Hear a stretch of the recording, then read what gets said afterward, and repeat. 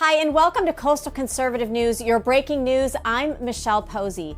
Guys, tensions are rising in Manatee County over Senate Bill 180, a new state law that limits how much local governments can regulate development after major storms.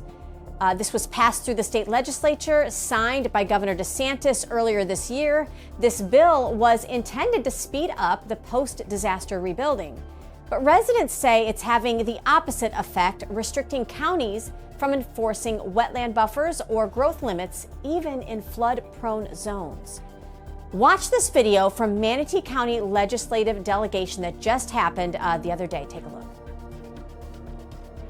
I'm here today because I am deeply concerned about the lack of protection on the Myakka River, particularly the stretch that runs through Manatee County, from the Myakka Head and the Flatford Swamp down to the Sarasota County line.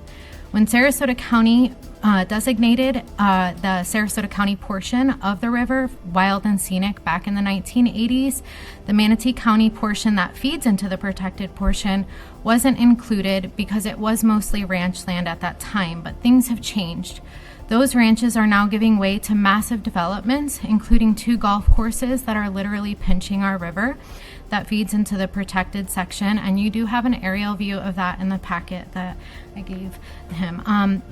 Our local officials seem to know the danger this possesses, although I believe that protection provisions should have been put in place years ago, prior to the construction along our natural resources, and as constituents, we have brought this to their attention, but now under Senate Bill 180, specifically sections 18 and 28, their hands are tied when the impacts are obvious and urgent at this point.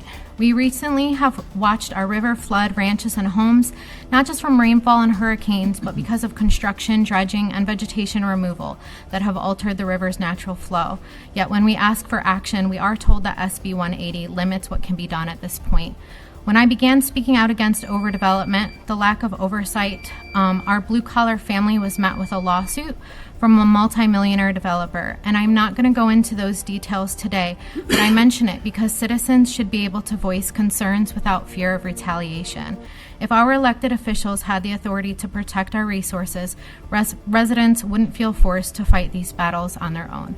So I do urge you to visit the language of SB 180 and restore local authority, not just for the Myakka River, but for Old Florida and preserving our land and our waterways. Thank you for your time today. Thank you.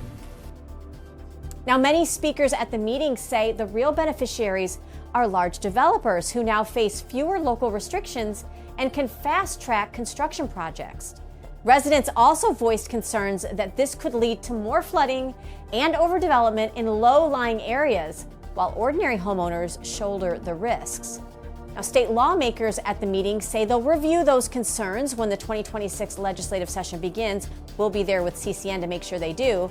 But for now, SB 180 remains in effect, and counties like Manatee are waiting to see how far Tallahassee will go in deciding local growth rules.